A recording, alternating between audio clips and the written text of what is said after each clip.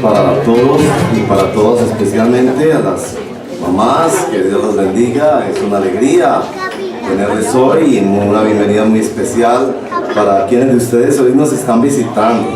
Veo algunos que trajeron a su señora madre a este día y me emociona. Por eso vamos a leer en la palabra del Señor hoy una porción maravillosa que me ha ministrado mucho esta semana en el estudio, en la oración, pensando en todos ustedes, en las diferentes realidades que viven nuestras familias. Me refiero al primer libro del profeta Samuel. Es en el Antiguo Testamento, cerca del principio de la Biblia, el primer libro del profeta Samuel. Y voy a leer esta narración tan sentida, rogándoles que ahí en sus equipos móviles, en sus Biblias, siguiendo también en la pantalla, leamos esta escritura tan preciosa y avancemos en la meditación de la palabra del Señor. Que el Señor nos ayude a traer esta palabra a nuestro corazón. Primer libro de Samuel, capítulo 1, y dice así la palabra del Señor. Leemos en el nombre del Padre, del Hijo y del Espíritu Santo la santa palabra de Dios. En la sierra de Efraín había un hombre sufita de Ramatayim. Su nombre era Elcaná, hijo de Jeroam, hijo de Eliú, hijo de Tohu, hijo de Suf, efraimita. Elcaná tenía 2 esposas. Una de ellas se llamaba Ana y la otra Penina. Esta tenía hijos, pero Ana no tenía ninguno. Cada año Elcaná salía de su pueblo para adorar al Señor Todopoderoso y ofrecerle sacrificios en Silo, donde Ofni y Finés, los 2 hijos de Elí, oficiaban como sacerdotes del Señor. Cuando llegaba el día de ofrecer su sacrificio, Elcaná solía darles a Penina y a todos sus hijos e hijas la porción que les correspondía. Pero a Ana le daba una porción especial, pues la amaba, a pesar de que el Señor la había hecho estéril. Penina, su rival, solía atormentarla para que se enojara, ya que el Señor la había hecho estéril. Cada año, cuando iban a la casa del Señor, sucedía lo mismo. Penina la atormentaba hasta que Ana se ponía a llorar y ni comer quería. Entonces Elcaná, su esposo, le decía: Ana, ¿por qué lloras? ¿Por qué no comes? ¿Por qué estás resentida? ¿Acaso no soy yo para ti mejor que 10 hijos? Una vez, cuando estaban en Silo, Ana se levantó después de la comida y a la vista del sacerdote Elí, que estaba sentado en una silla junto a la puerta del santuario del Señor, con gran angustia comenzó a orar al Señor y a llorar desconsoladamente. Entonces hizo este voto: Señor Todopoderoso, si te dignas mirar la desdicha de esta sierva tuya, y si en vez de olvidarme te acuerdas de mí y me concedes un hijo varón, yo te lo entregaré para toda su vida y nunca se le cortará el cabello. Como Ana estuvo orando largo rato ante el Señor, Elí se fijó en su boca. Sus labios se movían, pero debido a que Ana oraba en voz baja, no podía oír su voz. Elí pensó que estaba borracha, así que le dijo: ¿hasta cuándo te va a durar esa borrachera? Deja ya el vino. No, mi señor, no he bebido ni vino ni cerveza. Soy solo una mujer angustiada que ha venido a desahogarse delante del Señor. No me tome usted por una mala mujer. He pasado este tiempo orando debido a mi angustia y mi aflicción. Vete en paz, respondió Elí. Que el Dios de Israel te conceda lo que le has pedido. Gracias. Ojalá favorezca usted siempre a esta sierva suya. Con esto, Ana se despidió y se fue a comer. Desde ese momento, su semblante cambió. Al día siguiente madrugaron y después de adorar al Señor, volvieron a su casa en Ramá. Luego Elcaná se unió a su esposa Ana y el Señor se acordó de ella. Ana concibió y pasando un año dio a luz un hijo y le puso por nombre Samuel, pues dijo: al Señor se lo pedí. Cuando Elcaná salió con toda su familia para cumplir su promesa y ofrecer su sacrificio anual al Señor, Ana no lo acompañó. No iré hasta que el niño sea destetado, le explicó a su esposo. Entonces lo llevaré para dedicarlo al Señor y allí se quedará el resto de su vida. Bien, haz lo que te parezca mejor, respondió su esposo Elcaná. Quédate hasta que lo destetes, con tal de que el Señor cumpla su palabra. Así pues, Ana se quedó en casa y crió a su hijo hasta que lo destetó. Cuando dejó de amamantarlo, salió con el niño, a pesar de ser tan pequeño, y lo llevó a la casa del Señor en Silo. También llevó un becerro de 3 años, una medida de harina y un odre de vino. Luego sacrificaron el becerro y presentaron el niño a Elí. Dijo Ana: mi señor, tan cierto como que usted vive, le juro que yo soy la mujer que estuvo aquí a su lado orando al Señor. Este es el niño que yo le pedí al Señor y Él me lo concedió. Ahora yo por mi parte se lo entrego al Señor. Mientras el niño viva, estará dedicado a Él. Entonces Elí se postró allí ante el Señor. Señor, te pedimos que por tu bendito Espíritu Santo nos ayudes a entender esta palabra. La palabra de Dios es nuestra vida. Es por la palabra que somos protegidos. Es manteniéndonos en este territorio sagrado y santo de la palabra de Dios que recibimos la bendición, el toque poderoso del Espíritu, la protección para que nuestras mentes no divaguen y el crecimiento necesario para nuestra vida, la consolación para nuestra alma y las nuevas bendiciones de Dios. Ven con tu poderosa palabra, Espíritu Santo, te lo pedimos hoy en el nombre de Jesús. Amén. Bueno, ¿cómo les pareció esta historia? No sé si la había leído, pero esta es de esos textos de la Sagrada Palabra de Dios que conmueven profundamente. Es decir, es difícil o no, casi como contener las lágrimas leyendo la historia de una mamá, ¿verdad? Ahora tenemos que responder una pregunta para la introducción. El libro de Samuel es un libro extraordinariamente importante en la historia de Israel. Marca el comienzo de un nuevo periodo, termina el periodo de los jueces y comienza la monarquía en Israel. Era el libro de historia que estudiaban todos los niños y establecía los parámetros del reino de Dios. El libro de Samuel es extraordinario. La persona de Samuel es todavía más extraordinaria. El calibre, la estatura espiritual, el peso y el volumen político de Samuel quizás es solo comparable con Moisés en el Antiguo Testamento.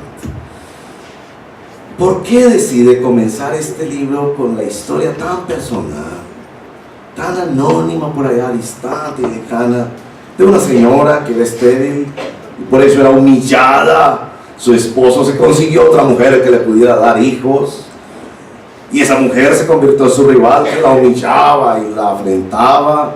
El mismo Elí no parece prestarle atención en el templo. ¿Por qué nos cuenta esa historia? Yo creo que nos cuenta esa historia por 2 razones. La primera, la importancia de la familia. Samuel decide no comenzar el relato del periodo monárquico de Israel en el nacimiento de David o de Saúl o de Salomón, sino en el nacimiento del profeta que ungió y que dio palabra a esos reyes. Ese dato es muy importante para usted que ama y quiere entender bien la palabra de Dios. Pero además de eso, es la historia de esos humildes que Dios levanta, de esos despreciados que Dios recoge y rescata, de esos humillados y fracasados en la vida que Dios les da prevalencia y que levanta del polvo al pobre y al afligido, dice la palabra. Es una historia de redención maravillosa. Pero yo tengo otra respuesta. Para mí es la respuesta mayor. Creo que el periodo monárquico de Israel, de la comprensión profunda del reino de Dios, se da a partir de un principio, de un mandamiento de Dios, que es esencial para la vida espiritual y que esta mujer Ana nos enseña hoy. Yo pongo ese principio espiritual que si usted lo practica y lo vive, usted va a ser bendecido de manera extraordinaria por Dios. Esté atento, por favor. Este es el principio. La historia y la narración es contada para llegar al final en este principio. Yo lo pongo así. Devuelva lo que usted le pide a Dios.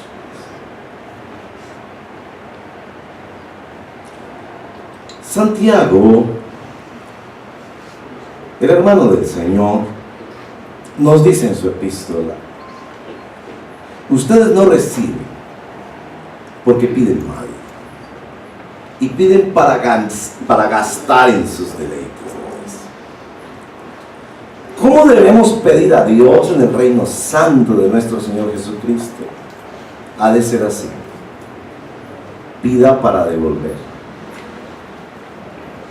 En otras palabras, no le pida a Dios que le dé, pídale a Dios que le preste. Devuelva lo que usted le pide al Señor. Pide salud, devuélvele al Señor la salud que le pides. Pides riqueza, devuélvele al Señor la riqueza que pides. Pides reconciliación, éxito, ministerio, dones espirituales, devuelve ese principio. Devolverle a Dios lo que pides es la razón de ser, creo yo, de por qué se comienza esta etapa de la historia de Israel y se deja en la palabra de Dios para nosotros que habitamos en el reino de Dios. Este principio es esencial. ¿Para qué le pides tú a Dios? ¿Para no necesitar a Dios? ¿Para qué le pides a Dios? ¿Para yo no volver a buscar a Dios? ¿Para qué le pides tú a Dios? ¿Para dejarte a Dios y no tener más necesidades? Pídele a Dios para devolverle a Dios. Y esta es la profundidad de esta historia.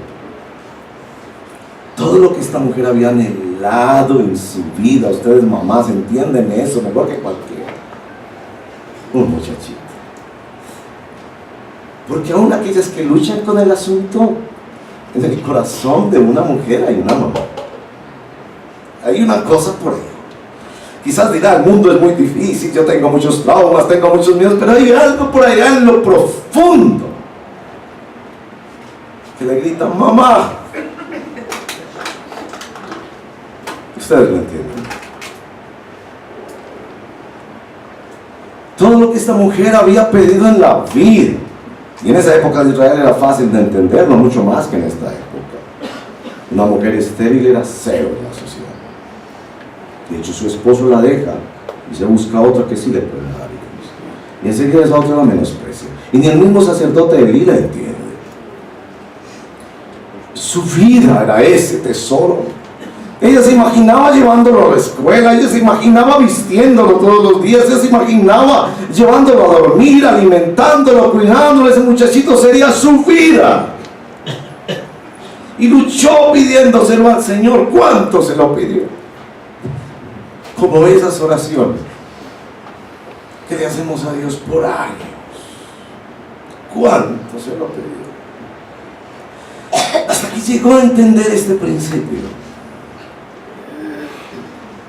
Lo que yo le pido a Dios debe ser para Dios, no para mí. Y lo más enternecedor de esta historia se da al final. ¿A qué edad dejó de amamantar a su pequeño? La lactancia materna, que es algo tan maravilloso y tan precioso, que crea un vínculo misterioso entre los hijos y las madres. ¿Hasta qué edad creen ustedes? ¿2 años? ¿3 años? ¿5 años? De todas formas tenemos que decir, era muy chiquitico. Y eso que ella le había pedido al Señor, ¿me captan eso? Eso que ella le había pedido al Señor con todo su corazón, eso que era su alma, eso que era su vida. Ahí no había trabajar en una multinacional. Ahí no había ser famoso en las redes sociales. Ay, no había ser rico y millonario. No, no, ella solo le había pedido a Dios un niño. Eso era todo, un niño. Dame un niño. El muchachito tenía 2, 3, 4, 5 años. Y ella se lo lleva y se lo entrega al Señor. Se lo entrega al Señor. A ver, aclaremos esto bien. Ella no le entrega a este niño al Señor como nosotros entregamos los hijos al Señor. Es que nosotros entregamos los hijos al Señor, ¿no? A ver, ¿cómo entregamos nosotros los hijos al Señor?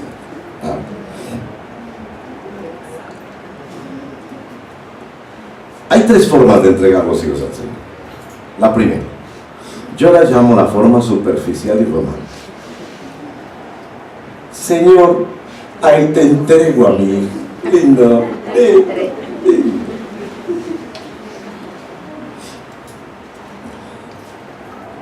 Pero cuando ese muchachito crece y ya no quiere ser médico, ingeniero y ganar mucha plata y ser emprendedor y tener, sino ser un misionero que se va para el África y jamás lo voy a volver a ver. No, así no lo entregamos.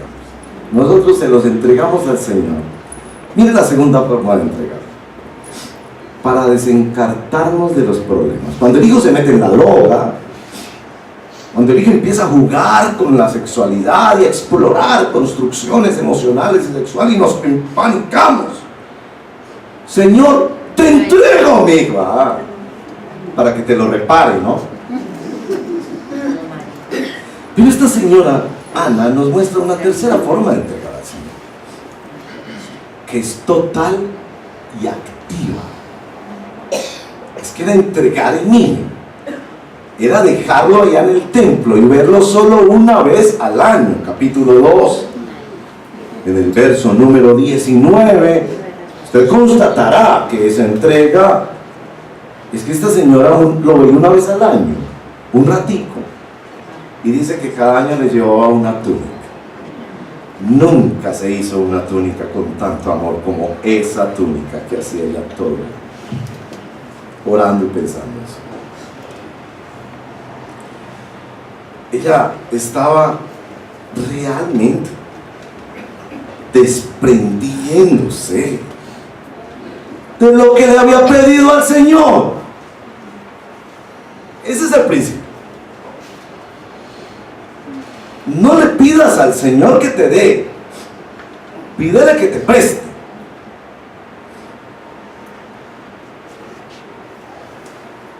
Pídele al Señor para devolverle al Señor. Porque si no, los hijos se vuelven un ídolo, los negocios se vuelven un ídolo, las carreras educativas se vuelven un ídolo, la belleza se vuelve un ídolo, la fortuna se vuelve un ídolo, a menos que lo pongas en el altar. Ahora yo te voy a aclarar algo, porque de pronto no estás familiarizado con las escrituras. No a todas las mujeres se les pidió esto.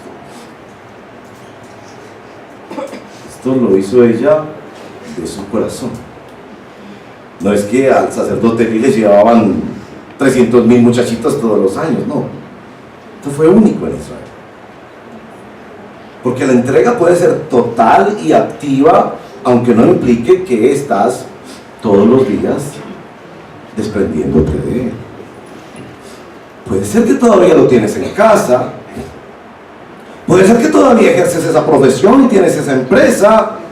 Pero la pregunta de fondo, creo, es: ¿a quién le pertenecen estos hijos, esta carrera, esta empresa, estas oportunidades?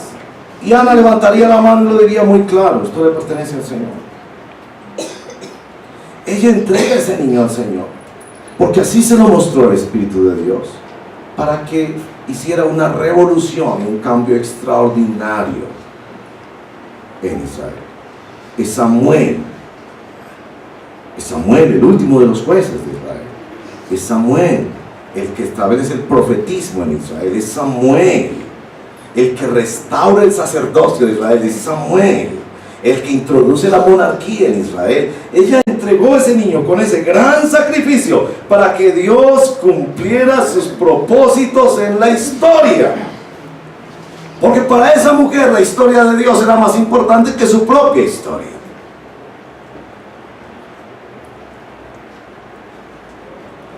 Tres preguntas para la reflexión.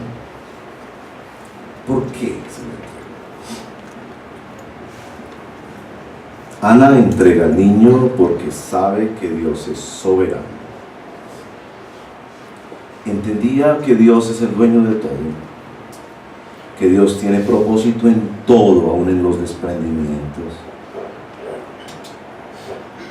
Cuando ustedes terminan la gran historia de Samuel, que termina en el segundo libro de Samuel al final, terminan con David haciendo el resumen de su reino, y los estudiosos han comparado profundamente el poema de David al terminar su reino con el poema de esta mujer en el capítulo 2, que ustedes podrán leer en casa. Y uno siente los ecos de la fe de esta mujer. Y la fe de esta mujer era trascendente y era personal porque conocía a Dios. Aquí tenemos a una mujer que le está enseñando teología a Elí, el sacerdote. Le está mostrando que Dios es soberano. ¿Por qué a Elí, el sacerdote? Porque en el texto Elí es el contraste con Ana. Hablaremos más de Elí el día de los padres, pero Elí es el padre que descuidó a sus hijos. Sus hijos eran unos sinvergüenzas y unos bandidos que habían destruido el sacerdocio en Israel. ¿Y cómo esta mujer entendió la soberanía de Dios? Escúchenlo bien, mujeres. Escúchenlo muy bien, mujeres, porque ustedes son las que más me siguen a mí como pastor en esto. ¿Cómo fue la teología de la soberanía de Dios? De esta mujer fue así, orando y llorando. Esa era su teología. Esta no era una gran maestra en Israel. Era una intercesora que aprendió a llorar y desahogarse delante de Dios. Usted sabe qué es eso. Poder venir a la casa de Dios a desahogarte delante de Dios, a echar sobre Él toda tu ansiedad porque Él tiene cuidado de ti, a entender que Él es soberano y Él conoce tus necesidades y tus angustias, a poder venir a Él y echar fuera todo temor porque lo depositas en las manos amorosas de un papá que es Dios. Esa teología no la vemos en Elí. Elí es el que se para a criticar las oraciones de los demás. Está borracha, le dice, pero no lo vemos orando por sus propios hijos. No lo vemos desahogando su corazón. Más adelante le vemos echándole cantaleta a los hijos, pero no lo vemos desahogando su corazón delante del Señor.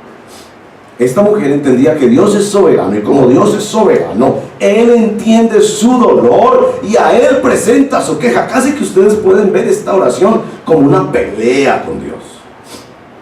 Elí no escuchó lo que ella estaba diciendo, verso 12 en adelante. Solo veía sus labios, pero ¿cómo es que esta señora movía sus labios que el sacerdote pensó que estaba borracha? ¿Cómo sería esa oración? ¿Ustedes creen que era una oración así, calladita, quietecita, con las manecitas puestas una sobre la otra, orándole al Señor? No. Yo me imagino una mujer agarrada con Dios. ¿Por qué?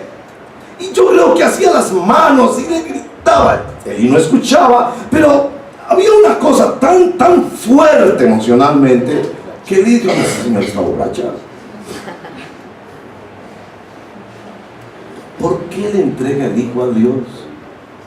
Porque sabe que su Dios que la escuchó es soberano y tiene todo el control de la historia. Aunque la maldad en este mundo proféticamente lo sabemos y da en aumento, Él es soberano. Él conoce mi corazón y puedo derramar mi corazón delante de Él. Segunda razón por la que entrega el niño: porque lo hace mediante una promesa. Él le hizo esa promesa al Señor. Ella le hizo esa promesa al Señor. ¿Ustedes han leído eso en el libro de Eclesiastés? Claramente nos dice Eclesiastés no le hagas promesa al Señor si no se la vas a cumplir. Ese asunto de hacerle promesas a Dios es muy serio. Esta mujer le hizo una promesa que los que estudian más a fondo esto de que no le cortara el cabello era el voto nazareno, que iba a ser nazareno, como Sansón. Pero los padres de Sansón no dejaron al niño en el templo. Esta mujer le hizo una promesa a Dios y fue más allá de esa promesa, porque sabía que Dios es fiel con aquellos que le devuelven lo que les piden. Ustedes lo van a ver en el capítulo 2, más adelante, capítulo 3, perdón. Más adelante verificarán que el Señor le dio muchos más hijos a Ana, le dio 5 hijos más. Porque esta mujer aprendió al principio de devolverle a Dios lo que le había pedido a Dios, de que las cosas son prestadas y son para la gloria y la honra de Jesucristo. Lo hizo mediante la promesa, porque ella creía en el Dios de las promesas. ¿Por qué usted y yo le prometemos a Dios? Porque Dios ha hecho promesas superiores a las que nosotros le pudiéramos jamás hacer. ¿Por qué le devolvemos a Dios? Porque Dios tiene cosas superiores a las que nosotros le devolveríamos a Dios. Ella le devuelve a Dios un hijo y Dios le da 5. Este poema también, dicen los estudiosos, el poema del capítulo 2 de Ana, es el que inspira a la Virgen María cuando declara que Dios humilla a los poderosos y a los altivos y exalta al pobre, al estéril, al que no es. Porque Dios es capaz de hacer cosas más grandes de lo que nosotros pensamos. ¿En qué Dios es que hemos creído, pues? Lo hemos cantado esta mañana. Porque tú eres más grande de lo que imagino. Y yo no me estoy acercando a unas ideas filosóficas que me responden ciertas preguntas. Yo me estoy acercando al mismísimo Dios, creador del universo, que no lo voy a poder comprender en este mundo totalmente. Él es tan grande y mi mente tan pequeña. Esta mujer decide prometerle a Dios, porque sabe que Dios tiene promesas más grandes todavía que las que ella pudiera hacer. En tercer lugar,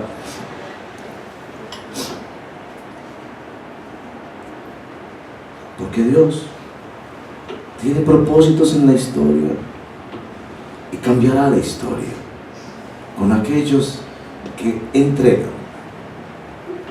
que devuelven lo que le han pedido a Dios. ¿Cómo es que se hace el reino de Dios? Ana nos lo dice de esa manera sencilla: devolviéndole a Dios lo que es de Dios, entregándonos y entregándole al Señor lo más profundo y lo más sentido de nuestro corazón. Esta mujer Ana nos enseña promesas de fe, nos enseña confianzas de fe, nos enseña paradigmas de fe. Lo que le pidió a Dios era para Dios. Santiago nos lo dice en su epístola. ¿Por qué piden y no reciben? ¿Por qué piden mal?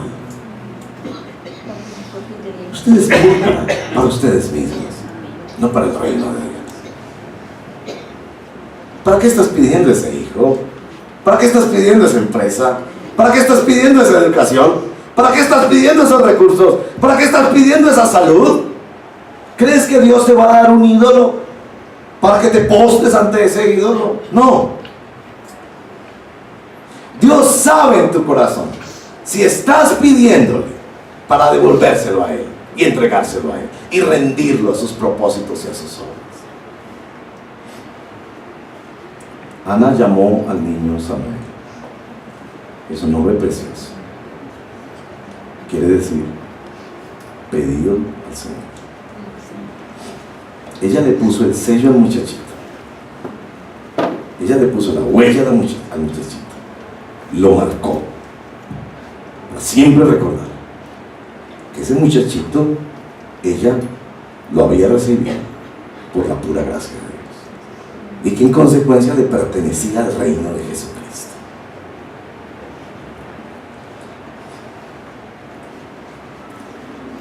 Así que los padres de familia hemos de traer al altar todas nuestras ambiciones, proyectos, expectativas y deseos que teníamos para nuestros hijos. Ponerlos en el altar y decirle: Señor, haz lo que solo tú sabes hacer. Glorifícate en estos hijos. Te los entrego. A propósito, ella lo entregó porque ella sabía que en ningún lugar iba a tener mejor educación que en el templo. Perdónenme hacer esta observación, pero creo que es necesaria en el momento histórico que vivimos los colombianos. Hemos de buscar formas de educación para los menores que necesitan ser formados, que es nuestro deber formarlos. Formas de educación que se correspondan en la mayor medida posible con la palabra de Dios. Y eso puede significar no acudir más a los sistemas tradicionales de educación. Esto implica que tenemos que priorizar el altar familiar en nuestras casas, donde hay niños, donde hay nietos. Ella entrega al niño porque sabía que si había hecho lo que hizo la familia de Sansón, quedaría formado por un padre que era bígamo, que supuestamente era cristiano y adoraba a Dios, pero tenía otra mujer. Entonces ella descubre que lo que hay que hacer para que este niño sirva en los planes de Dios es hacer una cosa absolutamente revolucionaria que nadie había hecho hasta el momento, y es que sea formado ella, aunque eso significa no tener su muchachito en casa, como sería el deseo legítimo de toda mujer. Entonces esta es la primera aplicación. Hemos de ser serios en cuanto a entregar los hijos en el sentido de formarlos para los propósitos del reino de Dios. Así hagamos cosas absolutamente contraculturales. En segundo lugar, este niño es un niño pedido. Hubo otro niño que no fue pedido, sino dado. Es que usted piensa que la primera persona que entregó su hijo fue Ana. El primero que entregó su hijo desde antes de la fundación del mundo, nos dice el libro de Pedro y de Efesios, fue nuestro Dios.